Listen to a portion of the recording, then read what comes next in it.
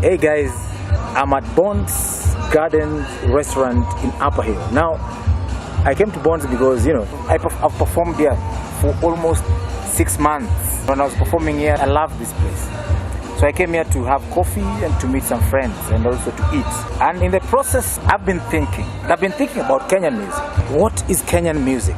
Let's have this conversation. I want us to draw parallels with the Kenyan dress, for example. For those who do not know, Kenya has a dress. Yeah?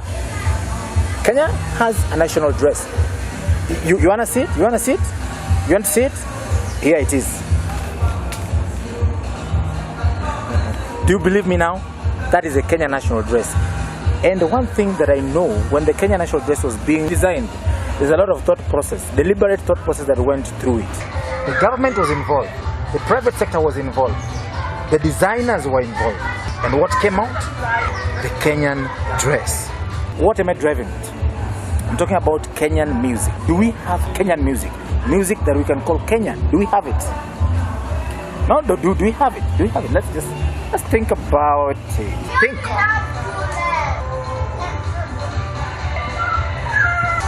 I'm thinking. I'm talking about music that when you listen to it, you can specifically tell that is Kenyan. Let's take for example Kwaito, the Kwaito beat. That is music that if you listen to it, that is music that you know that is South African music. The high life music. High life is from Nigeria. The Osibisas and this is Fela Kuti. You know what I'm saying? This is music that when you listen to, you can tell this is Nigerian music. Not to forget that in Ghana we also have what is called palm wine music. Very closely related to high life music, but there's a way it flows. Palm music was music that was played when old people were around drinking wine. That is why it's called palm wine music. Alright? Do we have music in Kenya that we can call Kenyan music? That's my question. Everybody, or rather many people, have their own definition of what we can call Kenyan music. What makes music be called Kenyan? I know we will all talk about Afrofusion, Kapuka. These are not music that we can call Kenyan. This is music that is derived from cultures and types of music that are not Kenyan. I don't know if I'm making sense. Stay with me.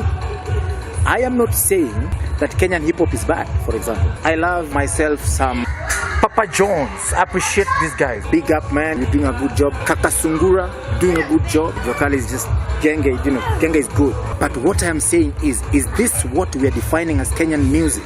That kind of music does not in any way represent our culture, the culture that we know is Kenyan. Is hip-hop a Kenyan culture, for example? Is rock even a Kenyan culture? This is not music that has their roots in the culture of a people.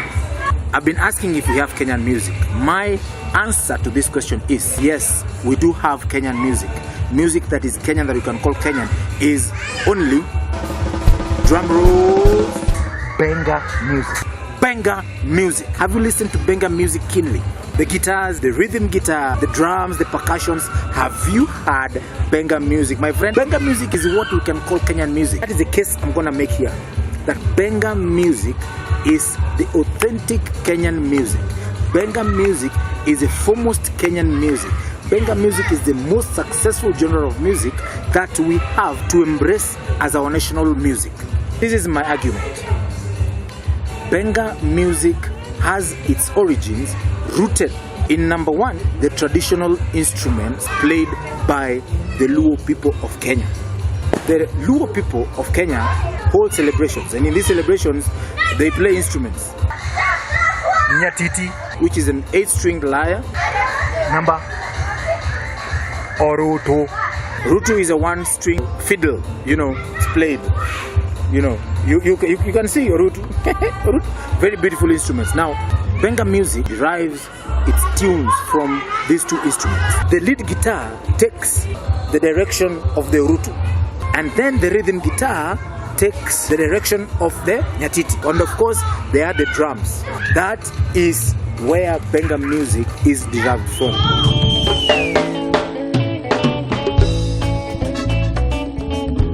In the top trending news today, we want to talk about something that I know is very pertinent and very close to the hearts of people of Kenya, people of Nairobi, Nigerian musicians. let me ask you, the Nigerian musicians, you they come to this country, you they give us a road deal, and then you they go. It started with Davido. You gave us a road deal. Techno. There was this guy who was called Techno. You came, you gave us a road deal. And then there was this guy who called Burna Boy. Burna Boy, you came here, you disappointed. You even abused us on Twitter. Shame on you. The only banner that we know in Kenya is the Bansen banner. But then again, you people who paid for these concerts, this one goes out to you. Serves you right. Kenyans put up concerts here, left, right, and center. Have you ever come for a concert by Tamasha Beats, Papi OdeQ and Tamasha Beats? Shame on you, and serves you right. And that is our trending topic for today. Top trending news. See you in the next episode that we're gonna do right here in this vlog. We'll still be talking about Benga music. Do we derive the authenticity of music from the lyrics and the language of the lyrics, or the music itself? If you stay with me in this vlog, I will be explaining deeply the history of Benga. I'll be introducing to you Benga musicians. We'll listen to their music, then you will tell me. We will go to venues that play Benga music and appeal to the young people to actually learn about Benga music and embrace Benga music. We will be making a case for Benga music in this vlog. So stay with me, walk with me. We will be discussing these issues. Leave your comments, tell me what you think. Once again, I am here at the Bones Garden Restaurant. Yes, Bones, thank you very much, Bones Management. Asanteni sana mama, asanteni sana daddy. That is it, ladies and gentlemen. Thank you, see you around. Bye-bye.